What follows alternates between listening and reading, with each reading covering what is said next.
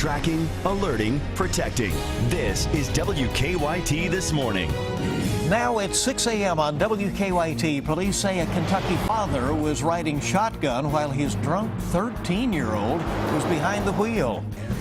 It's down to the wire with 1 day left. The two candidates in Kentucky's U.S. Senate race making their final stops across the bluegrass. Check up on the campaign trail, and the Kentucky Wildcats test out their new platoon system in their first exhibition game. Good results on that. Those stories and more, and breaking news as it happens, coming up on WKYT This Morning. Hey, top of the morning to you, and welcome in. Sure hope you had a great weekend and you're ready to roll on this Monday, November 3rd. I'm Bill Bryant. And I'm Rebecca Smith. Something to keep in mind is I was on my way into work this morning. I almost hit 2 deer. So watch out for deer. They're all over. This is the time of year it is when they're out. The season for that. So, that's right. yeah. Good reminder. Let's check in with Micah right now at our First Alert Weather Center as we get a little bit warmer today. A little bit warmer after a chilly start. Yeah, those deer are running around wild because it's cold outside. They got to keep warm. So, yeah, heads up for those as you're traveling this morning. Good news, no visibility issues out and about. So if you're traveling there on the roadways, airways, all is well. I checked Bluegrass Airport for you. You're good to go. No delays, no cancellations. We head toward outside, and we're sitting there in the 30s. It's a chilly start to the day. There's no doubt about that. But we'll get winds coming in from the south and southwest. That'll be pumping in here 10 to 15 miles per hour. It will be very gusty, but the thing it's going to be doing is pushing in some much more mild air. There you are sitting at 60 degrees by the afternoon.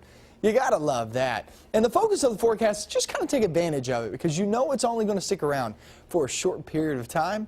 I'll show you how long it sticks around and how cold it's going to get later on, coming up in a few minutes. All right, Micah, thank you. First on WKYT this morning, the allegations are disturbing.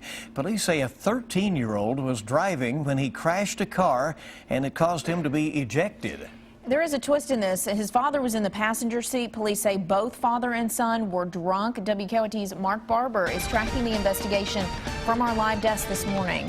Good morning, Bill and Rebecca. Investigators say they are still trying to figure out how much alcohol the 13-year-old had in his system. Deputies tell us his father, who was also drunk, let him drive.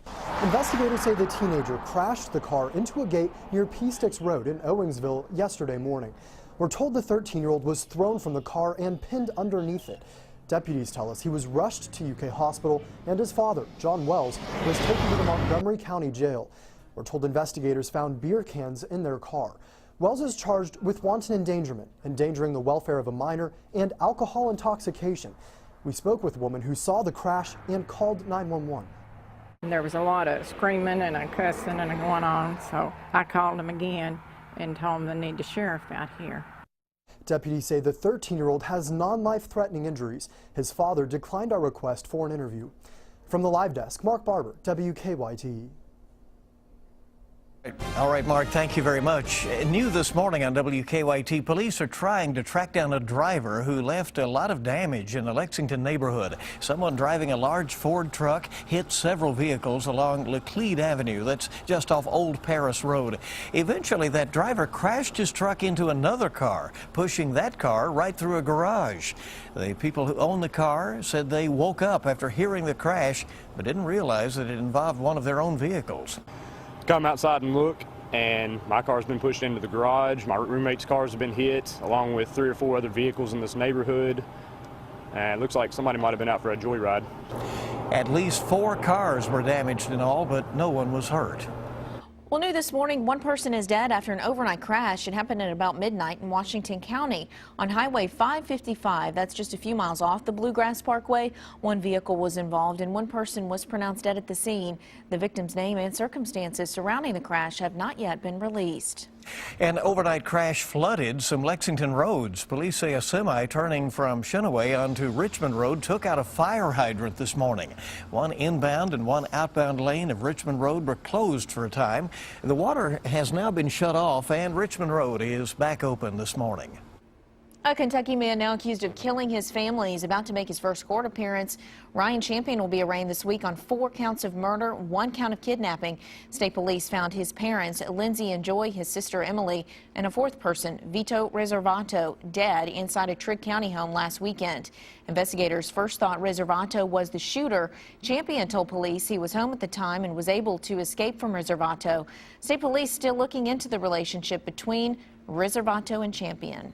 Coming up on 6:05 on WKYT this morning, and on the eve of Kentucky's general election, two candidates in the hotly contested U.S. Senate race that's being watched around the country are making their final pushes. Today, Senator Mitch McConnell will fly around the state with fellow Senator and fellow Republican Rand Paul. McConnell, who is already the longest-serving Kentucky senator ever, could be on the verge of a sixth term. His challenger, Allison Lundergan Grimes, the Democrat, will be making 9 stops today from Pikeville to Paducah.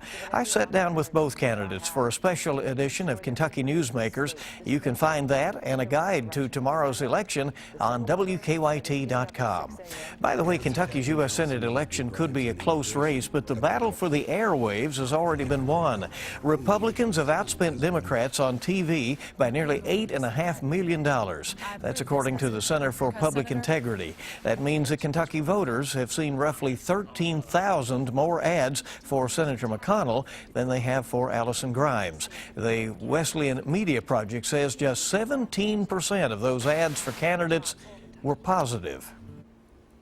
Police made multiple arrests in connection with the Halloween hit-and-run deaths of 3 teenage girls. This is happening out of California. In Santa Ana, their police made the arrest Sunday morning. Investigators say the 13-year-old twin sisters, along with their 13-year-old friend, were in a crosswalk Friday night when an SUV slammed right into them. A damaged black Honda SUV was found a short distance from exactly where the crash happened. Police plan to announce more about the arrest in a news conference today. A terminally ill woman who sparked a national discussion about death with dignity has taken her own life. Brittany Maynard died over the weekend in Portland, Oregon, with loved ones at her side. Maynard, who had incurable brain cancer, was just weeks shy of her 30th birthday. She said she wasn't suicidal, but wanted to die on her own terms. The Kentucky Wildcats opened the new season with an impressive win in their first exhibition game. They look good. The Cats hosted the University of Pikeville Bears last night in Rupp Arena. It was Coach John Calipari's first chance to implement his platoon system, and both squads were dominant. 6 Wildcats put up double figures, and Kentucky wins it big, 116-68. Now we'll have more highlights from the basketball game, plus reaction from football coach Mark Stoops in a disappointing loss at Missouri. That's coming up a little bit later in sports. Time is 6:07 on WKYT on your Monday morning as you shake off the weekend and get ready to roll on this Monday. Time to check live drive traffic this morning, and let's see what's happening early. Here is I-75 and I-64 at the northern split. Traffic is moving along fine there.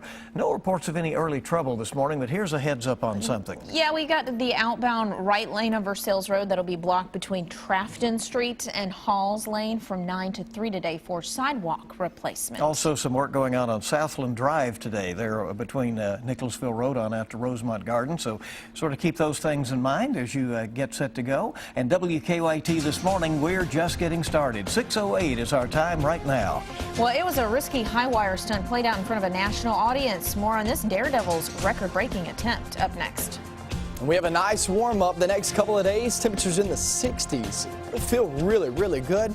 Take advantage of it because you know it doesn't last long, and we get this cold shot coming in toward midweek. I'll show you that forecast coming up.